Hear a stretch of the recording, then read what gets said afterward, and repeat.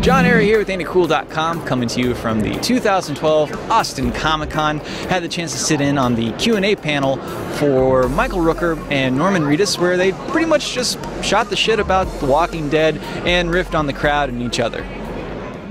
So I'm just going to start off. What I would like to know, Norman, is this season particularly has had a huge increase in the amount of action scenes. So how has it been filming more intense action scenes than the previous seasons? Oh, it's exhausting, but it's fun. You know, the crossbow is like one of those instruments. You kind of go somewhere high and you pull out your bolts and you pick things off.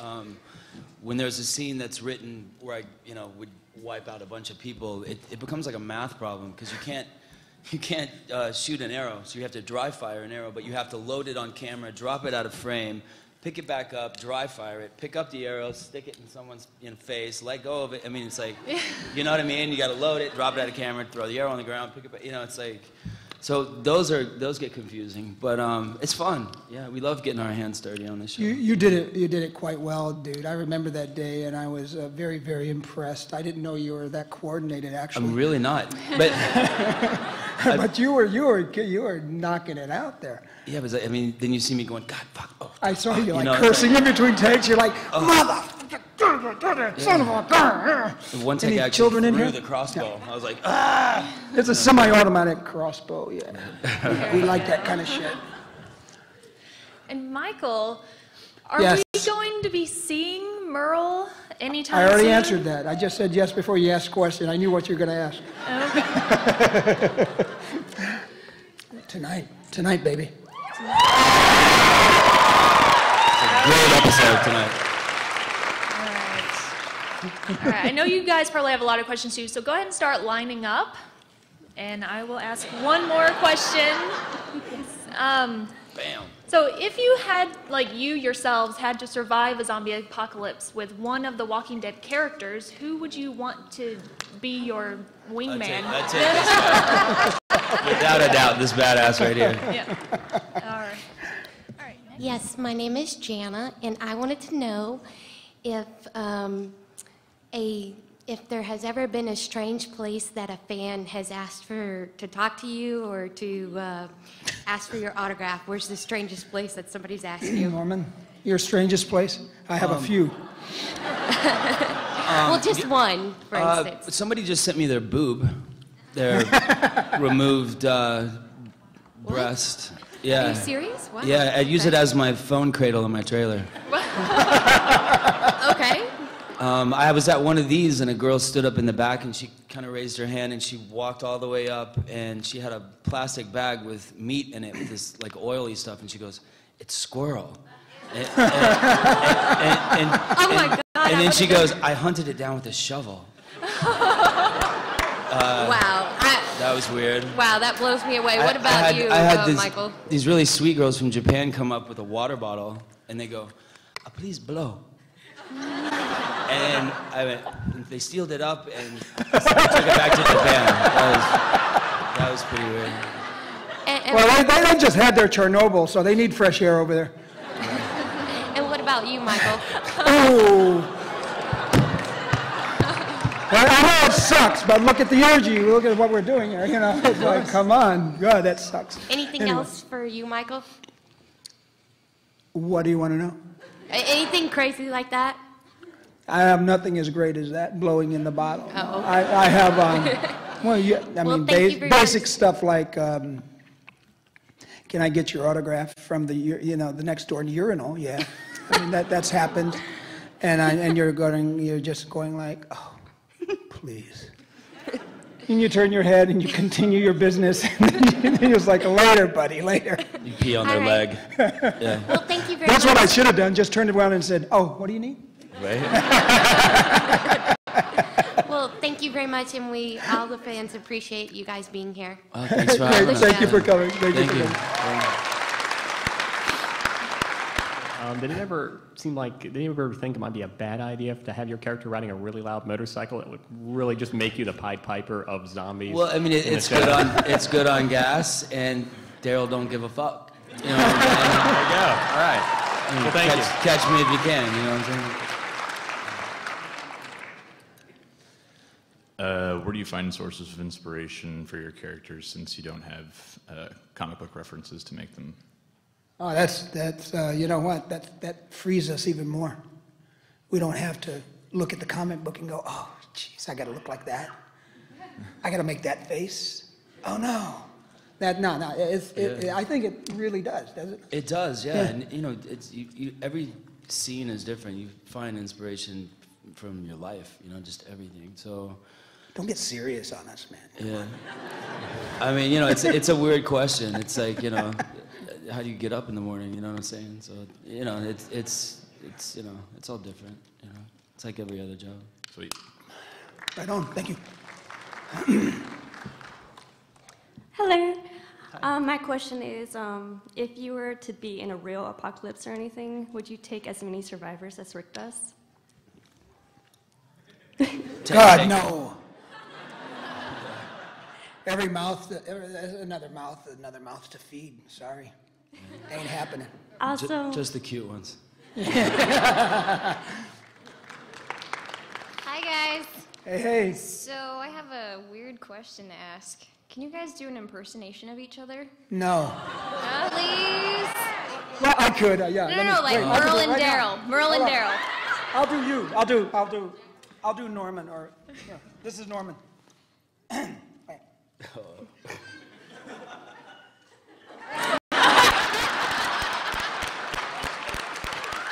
Are you, as me or as Daryl? I thought you were gonna do like this. Can we see your impersonation of Merle? Oh dear. Wait. I'm in trouble now. Wait. Right before action, it's like this. And then he'll like throw some high kicks like this. Spin around and kick. Whoa, no. We're gonna do this. We're gonna do this thing right here. Check this out. Bam, whack, boom, bam. That's how we're doing it. No. Yes, boom, bam. You know, he's like that. He's like, yeah. You know. Thank you. Full of energy.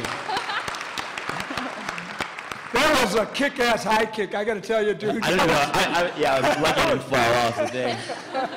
I have a question. Do you like the crossbow, and can you actually shoot it not on set? Yeah, I can, and I love it. It's There you go. it's a cool weapon. You know what I mean? And there's a lot of shows actually, you know, bouncing on my jock right now with that crossbow. I'm sorry, but I gotta tell you, you look really kick-ass with that crossbow, dude. It's, I mean, you know, my mom could carry a crossbow and look dope. You know? But there's some other shows now, and I think like some of the characters have crossbows. I think something about the power went off in the world or something like that. Yeah. Revolution. Yeah. But yeah, I like it a lot. You know, it's you get handy with it. You can, you know, you learn how to do different tricks with it. Except if you like, I ran through a doorway on one scene and I clocked the side of the crossbow on the door frame and gave myself a black eye for a week. Oh, nice. Yeah, it's very, very graceful. And I think it's on camera too.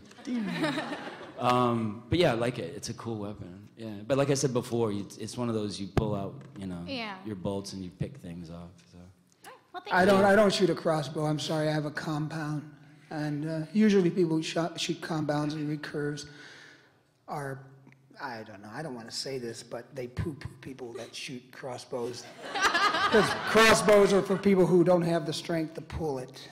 Aw. Not my brother, though. That's a whole different deal. I pull it every day, bro. Right on. Thank you. Yeah. Hi, guys. Hey. My question's for Michael. When I was 14, we went through the horror section of our movie store. We went to A I to don't Z. care. Okay. Go ahead. I'm sorry. It's all right. Well, we saw Henry, Portrait of a Serial Killer, and it's one of my favorite movies. I was wondering how you prepared for the role of serial killer Henry Lee Lucas, and if you're worried how the movie would be perceived upon release. There is no preparation needed. And I never give a shit about what people think or how they're going to perceive the project that I'm doing or the role. But I don't want you to misunderstand. There was really nothing written on that subject that really turned me on, that really helped. The only thing that really assisted me as the actor was a real-life video of Henry Lee Lucas being interviewed by Texas Rangers after he'd already been captured. And that was kind of cool because I was just checking out his body language, you know, pretty much. I don't even think I could hear the dialogue. It was just a camera from the ceiling, and I could see how he sat, what he did with his hands, and the attitude of the interrogator, and how he responded to that, which was very cool, and that helped a lot. You did a great job, sir. Thank you. Thank you. I had a question for Michael. Did you know that you were going to be coming back after the little you were in season 1, or like, did they hint at all, or? They always hint. They did? But they never tell. Okay.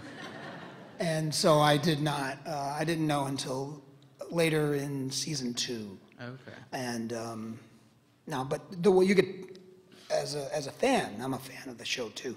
So you can sort of see the way it's written, and you're like, oh, interesting. They're setting this up in a certain way, but you just don't. You don't know. I move on with my life after I do a project, and, of course, and continue to work. So it just so happened that when the time came that they were going to offer and want me back on, I wasn't off, you know, doing something. So I was very fortunate to get back on the show, and I was very fortunate that, you know, when you do a job, you try to do your best work in everything you do, no matter how small or large the role is. So my friend took out her stopwatch one time, and she pressed play, and it came up with 7.5 minutes. So from the beginning of The Walking Dead until tonight when I show up again, I've been on the show for 7.5 minutes. So shit has happened. 7.5 minutes, any actor out there, 7.5 minutes can change your life. So give it your all every time. Right on. Thank you. Thank you, you too. Just to warn you, we only have a few minutes left. Are you an owl? Actually, a flying squirrel. Oh. So, yeah. Anyways, your character, when you get into the hunting mode, so you really go primal instinct on everything, and it's just really cool the way it comes out. And, you know, you're collecting the ears and stuff and whatnot. What I was wondering is, I noticed you have a short supply of arrows, and on last week's episode, you janked it right out of the guy's head, put it in your teeth while you were drawing back the string for the next shoot. What did they use for, how did gray matter, and what do they use for that? What did it taste like? That stuff tastes good. Don't worry about it. What do they use for brain matter on the arrows when I pull it out of the head? Is there put it in your mouth. What do they use? I mean, gelatin. Some sort of jello. No. Yeah. I mean, I'm always sticking shit in my mouth. I don't know. That's why he's so popular. You know what I'm saying? Yeah. Do you actually hunt? That's why I have sunglasses on. What? Do you go hunting? Are you a hunter?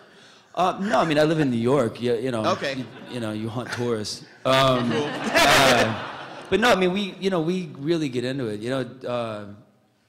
Yeah. I mean, I remember doing stuff with Andy where we were tracking, looking for things, and we were like, under our breath, we're like, check out that caterpillar. Like, look at this. We're really doing stuff. So it's fun to do. I mean, everything kind of comes out of Daryl that way. You know what I mean? Yeah. It kind of goes like this, and it comes out that way. Right on. You're a great owl, man. Get out of here. Next question. Yeah.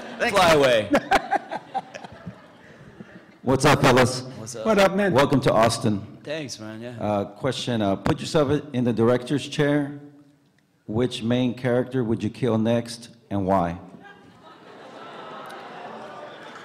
Wow, good Here's the question. story. Shit happens, man. Anybody's open. It's open game. So, first off, you should know, it's not the director's choice. It's not. Yeah. And plus, our show's not really, but it's not like Survivor Island where it's like, who's gonna get written off this week? It's like, it's not really our show. I don't want people to think that's our show because it's not.